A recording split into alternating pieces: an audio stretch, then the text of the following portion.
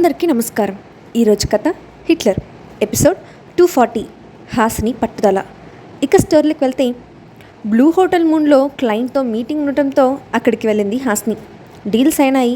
Dinner చేయడానికి ready అయిన సమయంలో అక్కడికి వచ్చిన విరాట్ని చూసి షాక్ అయిన Saaho technologies managing director Vardhan అతన్ని తమతో కలిసి డిన్నర్ చేయమని రిక్వెస్ట్ చేశాడు.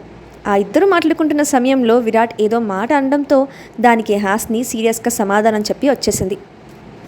ఆ సంఘటన అడ్డు పెట్టుకొని మరుసటి రోజు ఆమె కంపెనీ వారం రోజుల్లో హ్యాండ్ ఓవర్ చేసుకుంటున్నట్లు Virat company official team mail పంపించింది. స్మిత ద్వారా ఆ విషయం తెలుసుకున్న హాసిని షాక్ అయిపోయింది. కళ్ళ ముందే తన తండ్రి కష్టం నాశనం అవుతూ ఉంటే తట్టుకోలేకపోయింది. నేను ఇప్పుడే విరాట్ గారి దగ్గరికి వెళ్ళి మాట్లాడతాను. మా నాన్న కష్టం ఊరికే పోనివ్వను. పైగా మన కంపెనీతో డీల్ చేయించుకున్నందుకు సాహో టెక్నాలజీస్ మీద కూడా పగపట్టారు. ఇలా జరగడానికి నేను ఒప్పుకోను. ఏం చేసైనా ఇదంతా జరగకుండా ఆపుతాను అని కీర్తికి చెప్పింది. ఓకే హాసిని, జాగ్రత్త. ఇదంతా విరాట్ గారు కావాలని చేస్తున్నారు. నీ అంతటా నువ్వే వెళ్ళి రిక్వెస్ట్ చేయాలని ఎదురు చూస్తూ ఉన్నారు. కాస్త కేర్ఫుల్గా ఉండు అని ధైర్యం చెప్పింది కీర్తి. కాసేపటికి ఒక నిర్ణయానికి వచ్చిన హాసిని అక్కడి నుంచి బయలుదేరి ముందుగా విరాట్ కంపెనీకి వెళ్ళింది. ఆ రోజు విరాట్ రాలేదని తెలిసి ప్యాలెస్కి బయలుదేరింది. కాసేపటికి అక్కడికి చేరుకున్న హాసిని నేరుగా లోపలికి వెళ్ళేసరికి డైనింగ్ టేబుల్ దగ్గర లంచ్ చేస్తూ కనిపిస్తారు కావ్య ఇంకా విరాట్. అతని పక్కన కూర్చొని నవ్వుతూ కబుర్లు చెప్తూ తింటున్న కావ్యని చూసి హాసిని మనసు బాధతో మూలిగింది. ఒకప్పుడు తాను కూర్చున్న చైర్లోనే ఈరోజు ఆమె కూర్చోవడం చూస్తూ ఉంటే గుండెల్లో ముళ్ళు గుచ్చుకున్నట్లు అనిపించింది. అయితే తాను చేసిన పని వల్ల హాసిని ఖచ్చితంగా ప్యాలెస్కి వస్తుందని తెలిసిన విరాట్ ఉదయాన్నే రెడీ అయ్యి హాల్లో కూర్చొని ఆమె కోసం 1000 కళ్ళతో ఎదురుచూస్తూ ఉన్నాడు. కానీ కావ్య అదంతా తన కోసమే అని భ్రమపడి అతని మీద పొడి పొత్తు రాగాలు పోయింది.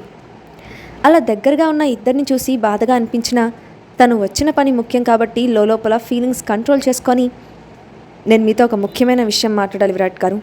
హాల్లో మీకోసం ఎదురు చూస్తూ ఉంటాను. లంచ్ కంప్లీట్ అయ్యాక రండి అని చెప్పి హాల్లోకి వెళ్ళిపోయింది. కాసేపటికి లంచ్ ముగించుకొని కావ్యను గదిలోకి వెళ్ళమని చెప్పి అక్కడికి వచ్చిన విరాట్ సోఫాలో కూర్చొని దీర్ఘాలోచనలో మునిగిన హాసిని ముఖం ముందు చిటిక వేసి పిలిచి, నేను ఈరోజు చాలా బిజీగా ఉన్నాను, మాట్లాడడం కుదరదు, ఇక నువ్వు వెళ్ళొచ్చు అని నిర్మోహమాటంగా చెప్పాడు. మీకు కుదరదని తెలిసినప్పుడు ఇంతసేపు ఎందుకు వెయిట్ చేయించారు? ఇదంతా నన్ను సాధించడం కోసమే చేస్తున్నారు కదా. దీనివల్ల మీకు వచ్చే లాభం ఏంటి విరాట్ గారు? మీ ఈగో సాటిస్ఫై చేసుకోవడం కోసం ఎంత దూరమైనా వెళ్తారా? అంత పెద్ద తప్పు నేనేం చేశాను అని ఆవేశంగా నిలదీసింది హాసిని. నన్ను కాదని వెళ్ళిపోయింది కాకుండా నాకు భయపడినని నా కళ్ళల్లోకి సూటిగా చూస్తూ చెప్పావు. నీ పొగరు నాకు నచ్చలేదు. నన్ను ఎదిరించే ధైర్యం నీకుంటే నిన్ను నా కాళ్ళ దగ్గరికి రప్పించుకునేంత తెలివి నాకుంది. నా దెబ్బ రుచి చూసావు కాబట్టి మధ్యాహ్నం ఎండలో నా దగ్గరికి పరిగెత్తుకుంటూ వచ్చావు. అది విరాట్ అంటే అని పొగరుగా నవ్వాడు. షేమాన్యు విరాట్ గారు, నన్ను బాధ పెట్టడం కోసం మీరు ఇంతగా దిగజారిపోతారని కలలో కూడా అనుకోలేదు. పిచ్చుక మీద బ్రహ్మాస్త్రం వేయడం గొప్ప కాదు. ఎదుటివారి మనోభావాలు దెబ్బతీయకుండా ప్రవర్తించడం, అర్థం చేసుకోవడం, మంచితనం నిలుపుకోవడం గొప్ప. అది మీకు లేదని ఈరోజే అర్థమైంది.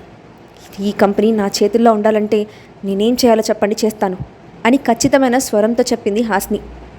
ఆమె మాటలకి తనలో కలిగిన కోపాన్ని పిడికిలి బిగించుకొని కంట్రోల్ చేసుకున్న విరాట్, నేనేం చెప్పినా చేస్తావా? మాట తప్పవు కదా అని వత్తి పలికాడు.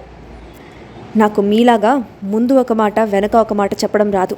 మీరు అడిగేది నాకు అభ్యంతరం లేనిది అయితే తప్పకుండా చేస్తాను అని కాన్ఫిడెంట్గా చెప్పింది. అయితే నాతో ఒక 3 days గడుపు. కంప్లీట్గా నా వైఫ్ లాగా మారిపోయి పగలు రాత్రి నన్ను సంతోషపెట్టాలి. నీ ప్రవర్తన నాలో ఉన్న ఈగోని సాటిస్ఫై చేస్తే నీ కంపెనీని వదిలేస్తాను అని సూటిగా చెప్పాడు విరాట్. మీరు అడిగినది ఎప్పటికీ జరగదు. ఒకసారి మీ గురించి మంచిగా ఆలోచించి తప్పు చేశాను.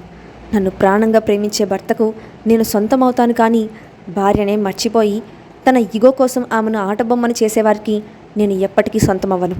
ఇంకా ఏదైనా ఆప్షన్ ఉంటే చెప్పండి అని స్పష్టం చేసింది. నేను అడిగింది చేయడం తప్ప నీకు మరొక ఆప్షన్ లేదు. కాదంటే కంపెనీని వదిలేసుకో. ఇక్కడ నీ డిసిషన్కి చోటు లేదు. ఇచ్చిన మాట తప్పుతావా అని సీరియస్గా అడిగాడు విరాట్. మీరు చెప్పినప్పుడే నాకు అభ్యంతరం లేనిది అయితేనే చేస్తానని స్పష్టం చేశాను. అంతేకాని గుడ్డిగా మీరేం చెప్తే అది చేస్తానని నేను చెప్పలేదుగా.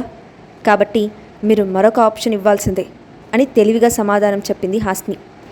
ఆమె మాటలకి అతని పెదవుల మీద చిరునవ్వు వచ్చింది. కానీ అది బయటికి కనపడనివ్వకుండా దాటేసి, నేను నీ భర్తని కదా, ఒప్పుకోవడానికి అబ్జెక్షన్ ఏంటి అని ప్రశ్నించాడు.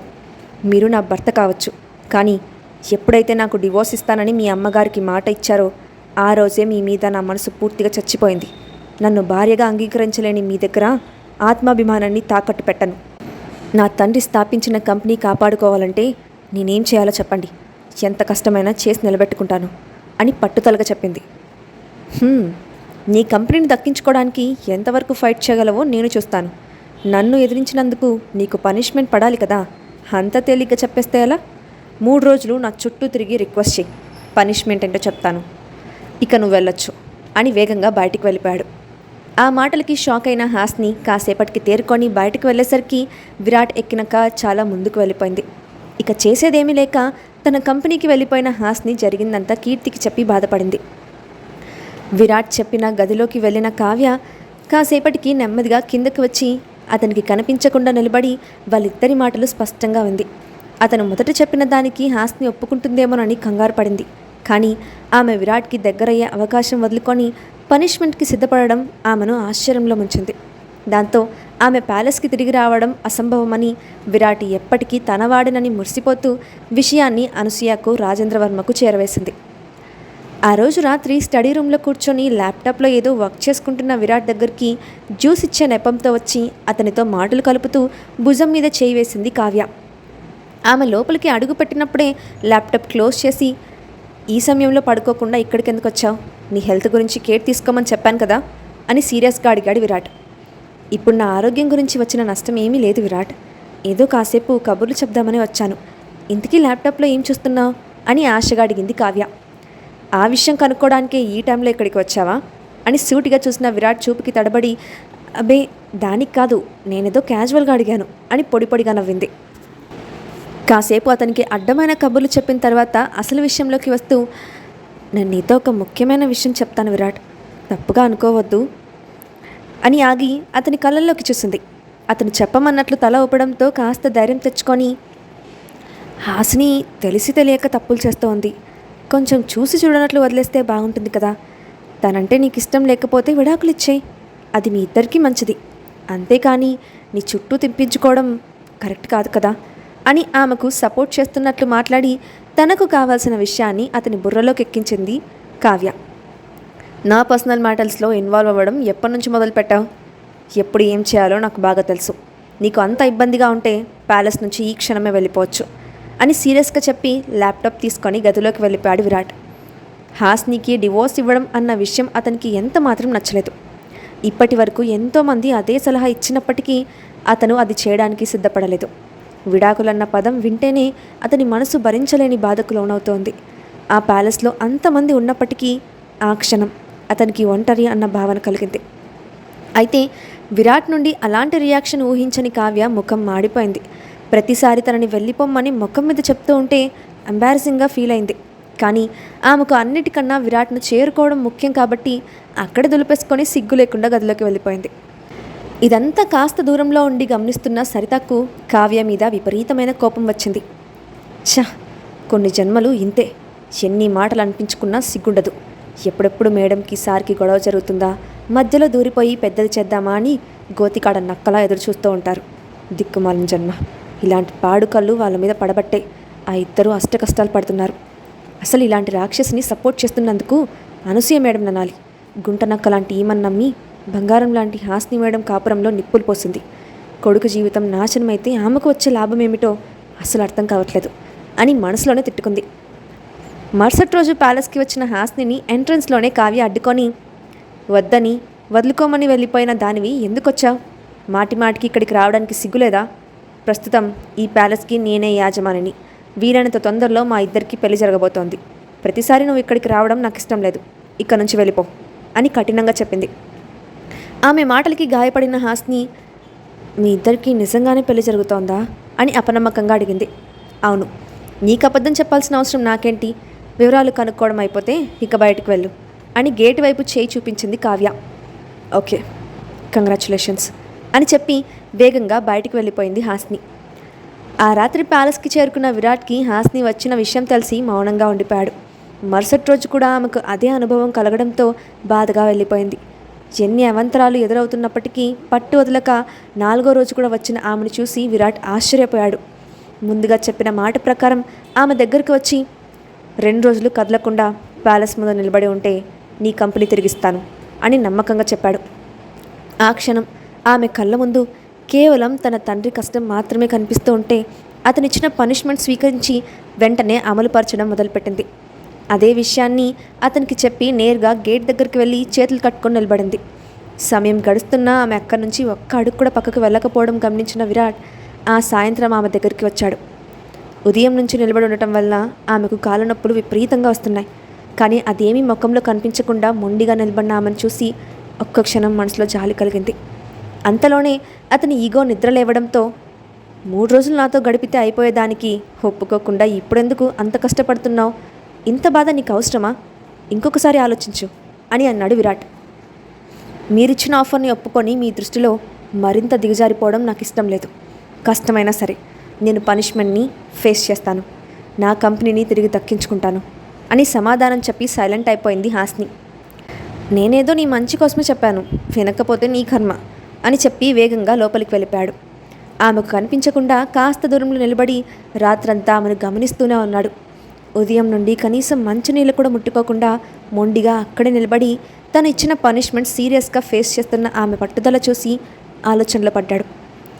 తను అనుకున్నది సాధించడం కోసం ఇంత కష్టపడాల్సిన అవసరం లేదు. 3 రోజులు నేను చెప్పినట్టు విని కళ్ళు మూసుకుంటే అయిపోయేది. కానీ తన తండ్రి కష్టానికి విలువ ఇచ్చి పనిష్మెంట్ తీసుకుంటోంది. ఈ అమ్మాయిని నేను ఎలా అర్థం చేసుకోవాలి? ఇప్పటి వరకు ఆమె గురించి అందరూ చెప్పిందంతా అబద్ధమా? లేక ఇంకొకప్పుడు తప్పులు చేసేయి నా కోసం మారిందా? వాళ్ళు చెప్పిన హాస్ని నిజమా? లేక ఇప్పుడున్న ఈ అమ్మాయి నిజమా? ఎలా తెలుసుకోవాలి అని ఆలోచనలో పడ్డాడు. ఆ రోజు సాయంత్రం దాస్ ద్వారా విషయం తెలుసుకున్న కీర్తి కంగారుగా ప్యాలెస్ దగ్గరికి వచ్చి తిండి లేకుండా నీరసించిపోయిన స్నేహితురాల్ని చూసి చలించిపోయింది. వెంటనే ఆమెకు ఫుడ్ తీసుకొచ్చి తినిపించడానికి ప్రయత్నించింది. కానీ హాస్ని అందుకు నిరాకరించి కంపెనీలో ఆమె అవసరం ఉందని చెప్పి వెనక్కి పంపించింది.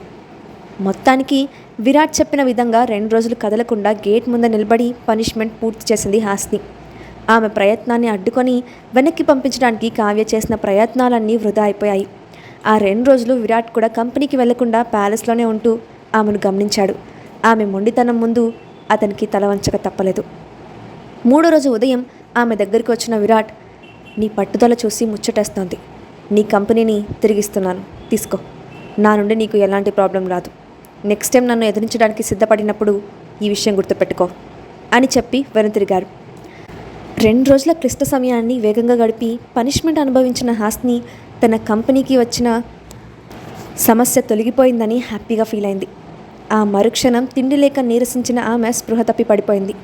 ప్యాలెస్ లోపలికి వెళ్తున్న విరాట్ ఏదో సౌండ్ వినిపించడంతో వెనక్కి తిరిగి చూసేసరికి నేల మీద పడిపోయిన హాస్ని కనిపించింది. హాస్ని అని అరుస్తూ ఒక్క ఉదుటిన ఆమెను చేరుకున్నాడు. ఇప్పుడు హాస్ని పరిస్థితి ఏమవుతుంది? ఆమె ఆరోగ్యం ఏమైనా రిస్క్లో పడుతుందా? నెక్స్ట్ పార్ట్లో చూద్దాం. Thanks for watching.